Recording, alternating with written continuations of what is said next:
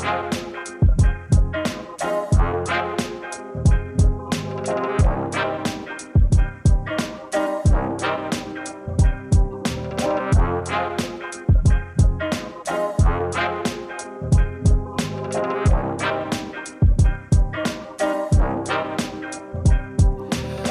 and gentlemen, welcome to Could Be Worse. My name is Tyler. This is Dom. Hello. Welcome to the program.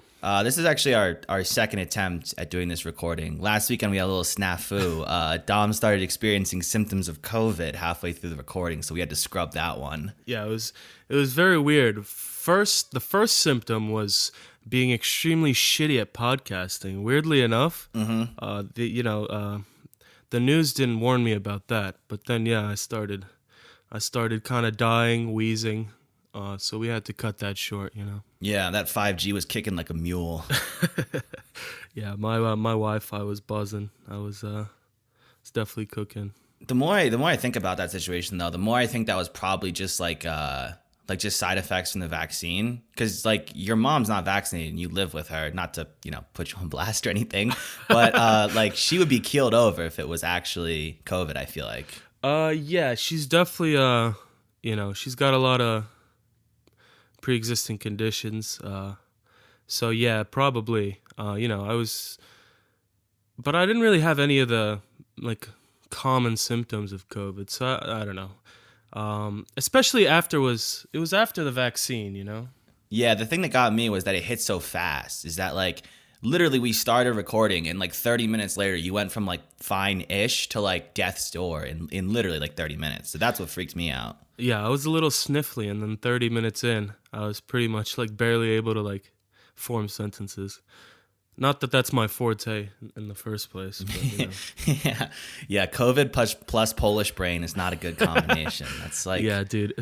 And I speak like I'm on heroin half the time, so it's really right. It was just not a usable recording whatsoever.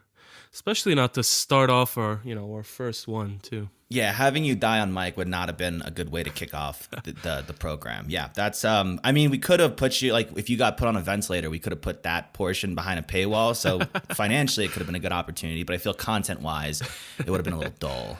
Yeah, you could join our Patreon to watch me die in real life time. We're like 5 years away from that being an actual thing of like signing up to somebody's OnlyFans to watch them like get the plug pulled on them. Yeah, well, that's pretty much what a GoFundMe is at this point. Yeah, some of the GoFundMes are dark. You see some of those and it's like, please, like I don't have health insurance. Like all 4 of my limbs are falling off. My brain's rotting out. Can I have $5? It's like, Jesus Christ, is our country in trouble? I feel like you can pretty much GoFundMe anything. I mean, fucking Kylie Jenner started a GoFundMe for her own friend instead of just paying for her own friend. So I remember that, dude. That's so, I mean... How just evil and monstrous are these people? Like, if you're like at that level of wealth, you have to be a sociopath to be like, oh, you're dying? Here's $500. Try to, here's a tin cup to go beg for the rest on the corner. Yeah, it's so gross. It's really disgusting. I saw another sign of the times. I'm sure you remember there was the mass shooting in Boulder, Colorado a few weeks back. Yeah. And without getting too into that, it was at a place called King Soopers, like a chain of grocery stores. I believe it's owned by Kroger or something like that. Mm-hmm. And it's where I shop in Denver. There's one down the street from me. Obviously not the one that got shot up, but same chain of grocery stores. And I went grocery shopping yesterday, and there was a big. It was the most ominous thing I've ever seen. On the entrance, it was this giant black banner with white text that just said Boulder Strong, and it was just so like.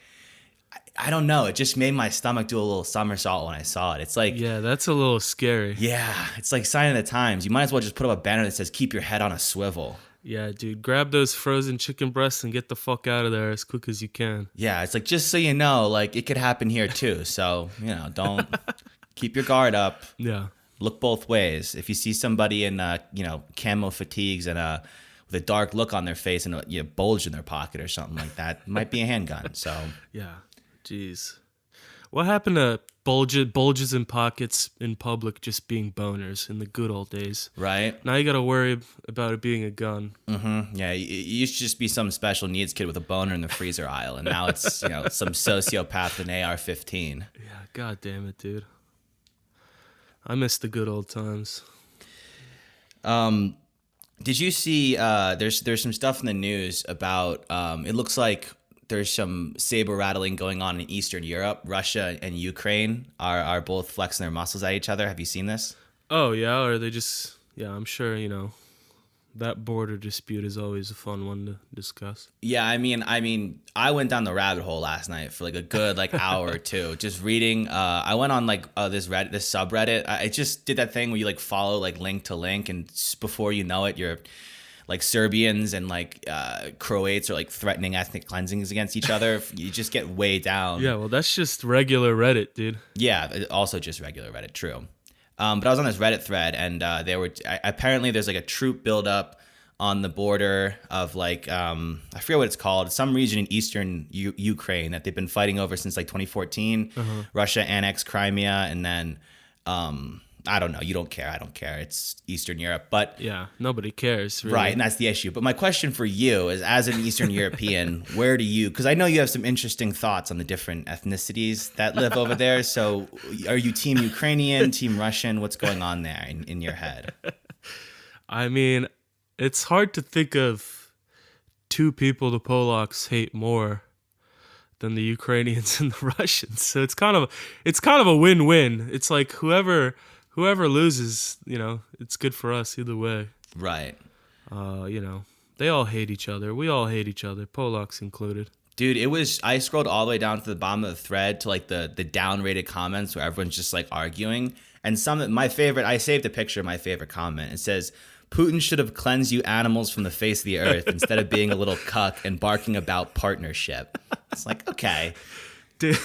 I mean, imagine if people from like Alabama were talking about that like that from like people from Arkansas or something. Yeah, like, dude. Imagine if like two like southern states hate each other as much as Russia and Ukraine. No one would understand it. Dude, especially because to everyone else, they all look the same, Right. They all just sound like they have gravel in their throat and they suck down potatoes and vodka. You'd be surprised how much they hate each other. It's very strange, yeah. I also interesting to call Putin a cuck. It's like, do you want him to be even more like badass and dangerous? Like, I really think that everyone in that part of the world just wants to turn the other ethnicities into fertilizer, and they're not really concerned about the geopolitical ramifications of that. I don't think. I get the vibe. They're all just kind of itching for an ethnic cleansing. Seems to be the mood. Yeah. See, the racism in like places like Europe, Eastern Europe especially, it's so interesting to compare it to like the racism in America here. Like here, everybody's mixed together. There, it's like they're just racist to whoever's closest because there's no other ethnicities to hate. You know what I'm saying? There's kind of like a beautiful like simplicity to it almost, of like everyone who was born in my town is cool and everyone else is a fucking dog, and that's all there is to it. It's like kind of nice where it's not all like, I don't know, intricate and nuanced. It's very easy to follow. I was just like last night I was scrolling through the threads. I'm like, okay, cool. They just all hate each other. It's pretty easy to get on board with. It's not rocket science. Yeah. Ukrainians are dogs.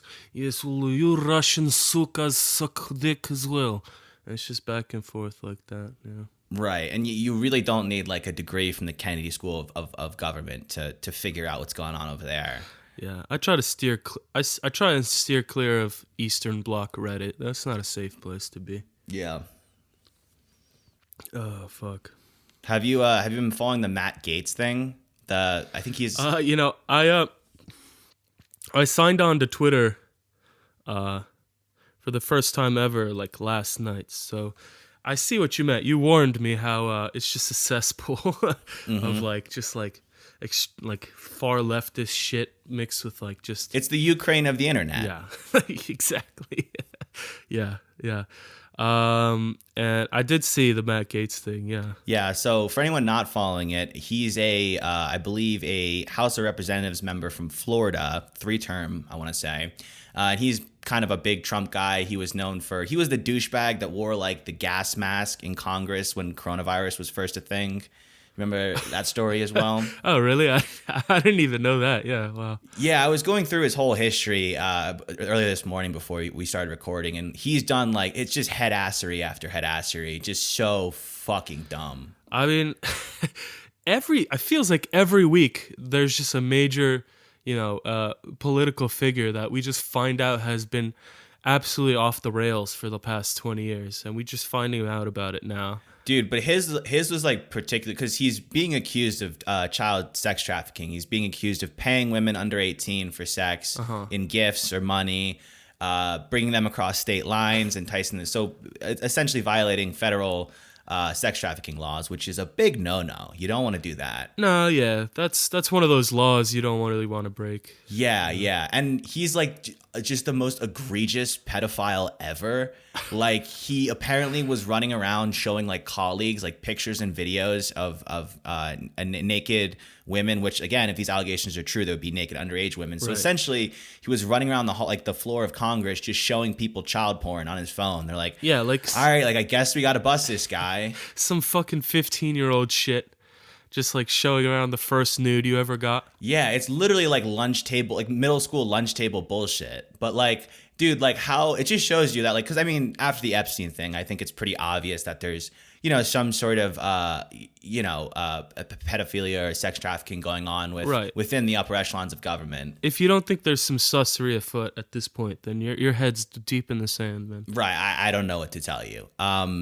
But like, and you always wonder like, how does this not get out? And I guess it's clear they're just covering it up because this guy was literally like running around showing evidence to people. And that's like the only reason they were like, all right. And that wasn't even what got him. It was like they were investigating some guy in Seminole County, Florida, like some tax collector was embezzling a shit ton of money. And apparently he was allegedly pimping out girls to this Gates guy. So he got fucked. And the FBI is like, I guess we got to arrest this fucking congressman too. Right. But like, that's how easy it is to get away with it. It's like this moron was pulling it off. Yeah. It has to be so fucking blatant for them to get in any real trouble. It has just getting caught absolutely red-handed with like, it's disgusting. The cover-ups are wild. And they're not even cover-ups. It's just not talking about it. It's not like even they're covering it up. It's just the media would rather talk about some other shit. Right. But to me, it kind of answers some questions because you're like, man, like how could Clinton fly on Epstein's plane 26 times and not get popped? And then you find out that this guy is like running around showing literal child porn to like his friends and his colleagues at the water cooler at work. And you're like, oh, I guess just nobody gives a shit. Yeah, dude. Apparently, snitches get stitches applies to both jail and Congress. So right. I guess when you like you have videos of your friends jerking off in a coffin, like it's pretty hard to. You all got dirt on each other. It's kind of hard to besmirch people's names without worrying about consequences. Yeah, when you've all drank from the same kid's blood, Right. So you can't be ratting on each other. Mm-hmm. You're blood brothers. Yeah, blood brothers. Oh, fuck. But yeah, is he fucked? Like, is he getting actual time now? What's the deal with that? He's claiming that he's like, it's all a conspiracy and that like I'm being, he's playing the victim card, which if you're accused of like numerous counts of sex trafficking, maybe don't do that. Maybe just not, the victim route is not the way to go, but okay. And he's doing the whole victim thing, and he's trying to spin it like, oh, like I'm being targeted. It's a political hit job. Those women were of age. I was just being generous, and I was just giving them large sums of money, which is like still prostitution, but I don't know. God, fucking scumbag, dude.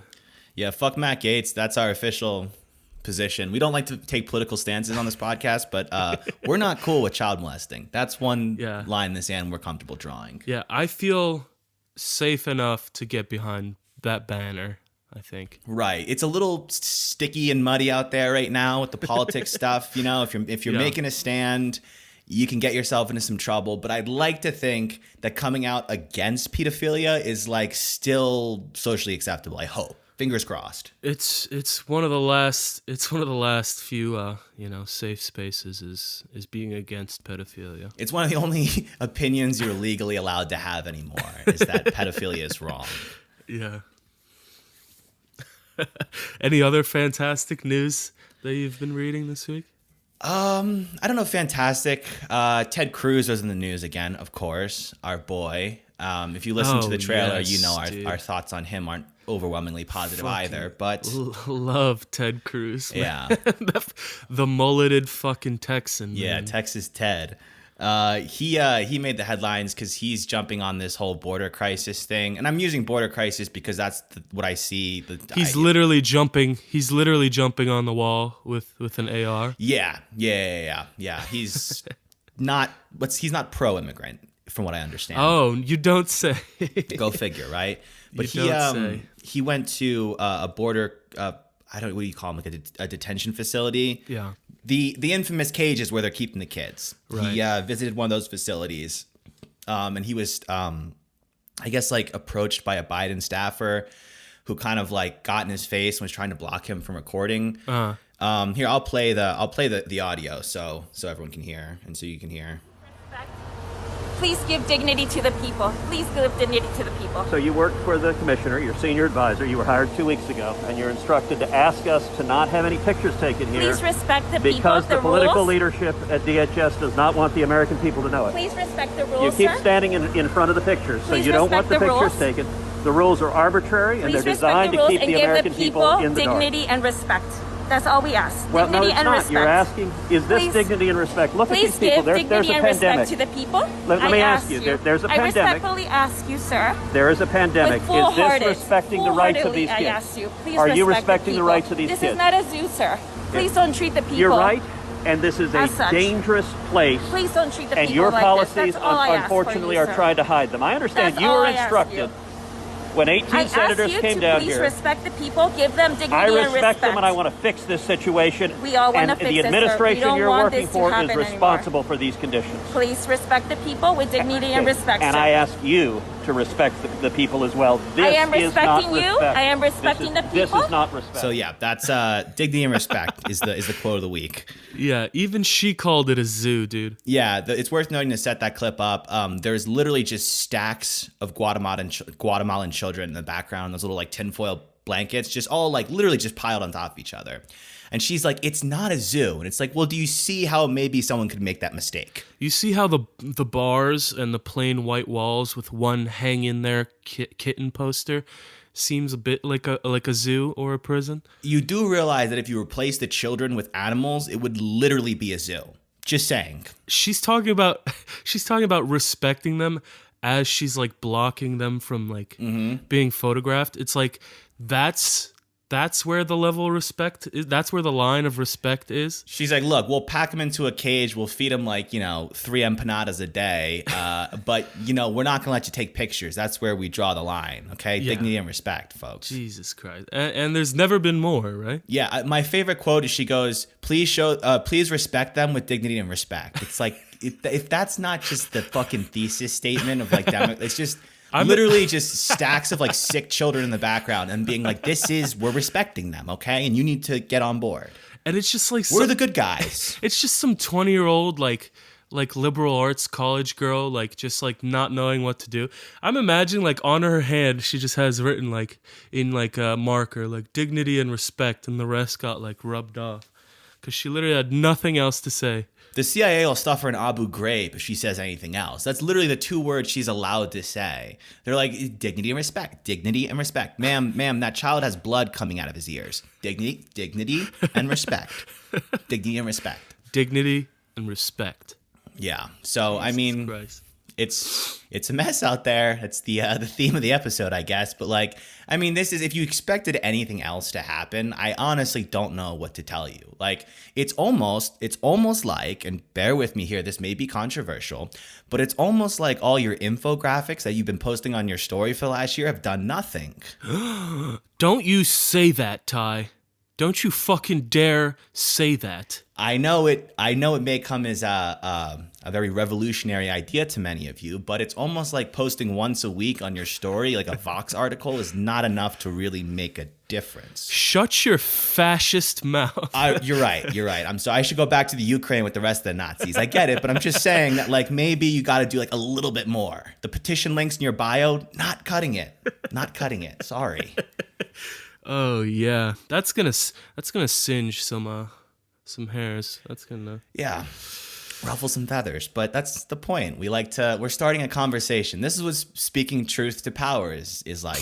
Your dad's the CEO of Raytheon. Technically, we are speaking truth to power. Silence is violence, so we decided to make this podcast.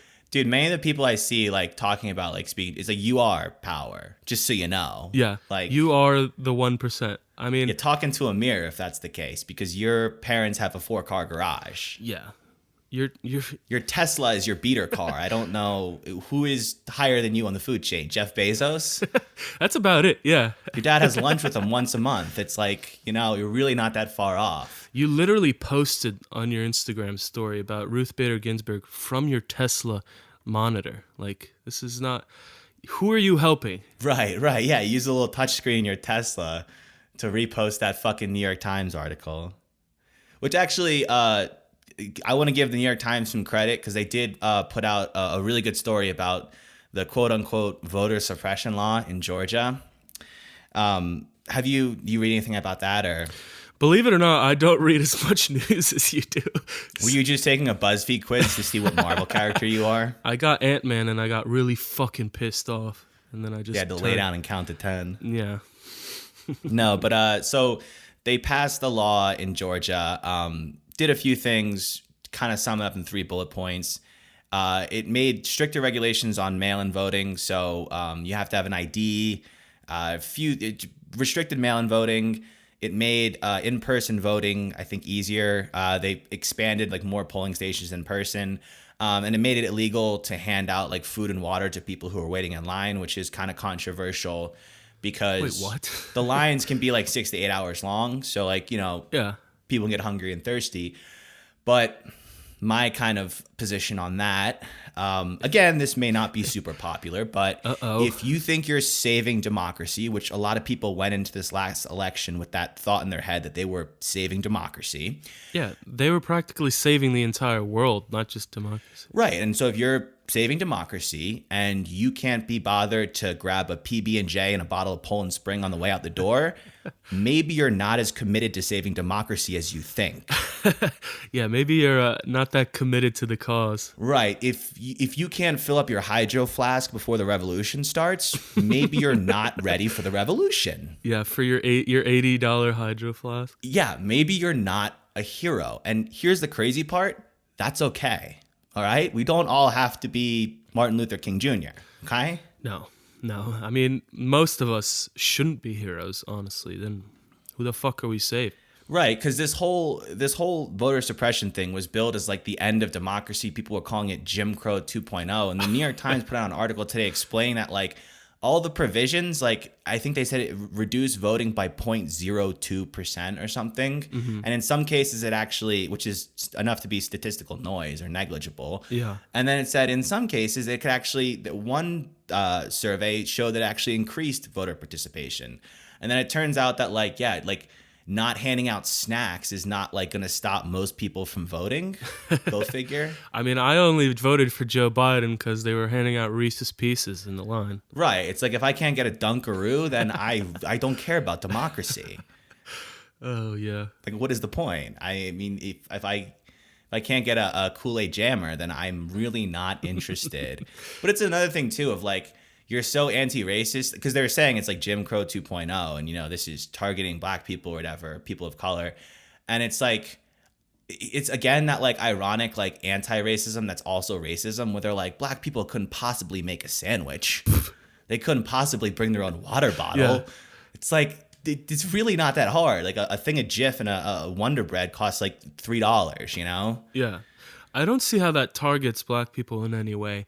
And also, like, minimizing Jim Crow by calling it Jim Crow 2 Electric Boogaloo is not exactly respectful to the people you're, like, fighting for, quote unquote. Right. And it's just like we might catch flack for some of the things we say on here. Oh, that's and fine. people might call it racially insensitive. And honestly, they might have a point. Like we're making jokes, but some of them may ruffle some feathers, dude, and that's fine. People are gonna call this a far right fascist podcast, no matter what we say. Sure. And it's like, sure, but also like we're not the ones out here saying that like, people of color can't possibly get their hands on a driver's license. Like that's the argument from you, and you're the anti-racist. I don't get it. Yeah. No, they're just confused as the rest of us. They're just loud. Yeah, that's the thing is we're all just confused. We don't know which way is up. And let's just admit that. Can we have a humanizing moment here where we all just kind of come down from our tower and go like, We're all stupid. We have no idea what the fuck we're talking about. Maybe we all, I mean, America's always been knocked of like, we're not informed enough. We're ignorant Americans or whatever. Mm-hmm. Maybe the last year, what we learned is that might be for the best. Yeah. That ignorance is bliss is really the only way this country can function, I think. Yeah, my dad called me yesterday and he was all mad about some, I don't know, he's a Republican, so he was all mad about Joe Biden or something. I was like, listen, dude, just tune out, all right? Like, it's all you got to do is just tune out and it all goes away. Put your phone down, go for a walk in the park, smoke a little weed, and it all just magically disappears. I know that's not solving the problem. I know that's not making the world a better place, but it's making my world a better place. You know, it's time to start looking out for number one. Yeah, pretty much, man. I mean, that's why we gave them Facebook. Just keep that shit on there. Right, and we've like successfully quarantined Facebook for the boomers, which is nice. Like it worked pretty perfectly, honestly. It did work really well. We just kind of like boxed them off in Facebook. Yeah, just let them stew in there. Just posting like pictures of their grandkids and then like you know, all lives matter right after it. You know, it's just they post like the Punisher picture with like the Blue Lives Matter flag in between the yeah. Wait, is that what that like American flag that's like blue and gray with the skull on it? What is that? That is that's the official flag of I don't want any black people moving into my neighborhood. That's what that flag, I think. It's hard to keep track, but I think it's that I want my daughter to stay with her own, is I think what that flag means. Right. That's the official flag of, well, why was he running? Right. Yeah, okay, gotcha. Yeah, if he listened, he'd still be alive. That's that's their official motto. Dude, because I've been seeing a lot of those fucking, like, just old white dudes with... Yeah, they're coming out, the Chauvin trial starting, so they're all coming out of the woodwork again. They're letting their colors fly for the trial. Yeah, and by the way, how's that going to turn out, you think? What's your... Jesus Christ. Yeah, well, we may as well talk about that, yeah. I mean, there's no way this shit's not getting absolutely botched. Right. They're going to give him, like, manslaughter 5 years, and this country's going to explode. Right, he's going to skate on the murder charges like they always do, and which, by the way, it was murder. Like, he killed it was egregious, it's horrible, we're not talking about that, so shut up. We're just saying the system is broken and we've done nothing to fix it besides post shit on social media about how angry we are. So the same thing is going to happen again because nothing has changed is the point. Yeah, dude, it's fucking not good. It's going to absolutely ruin White Boy Summer, and I'm sad about that. Yeah, White Boy Summer. That's a bad hashtag to trend when the not guilty verdict gets dropped. White Boy Summer, you definitely want to scrub that one from your social media because it's not going to look good in hindsight.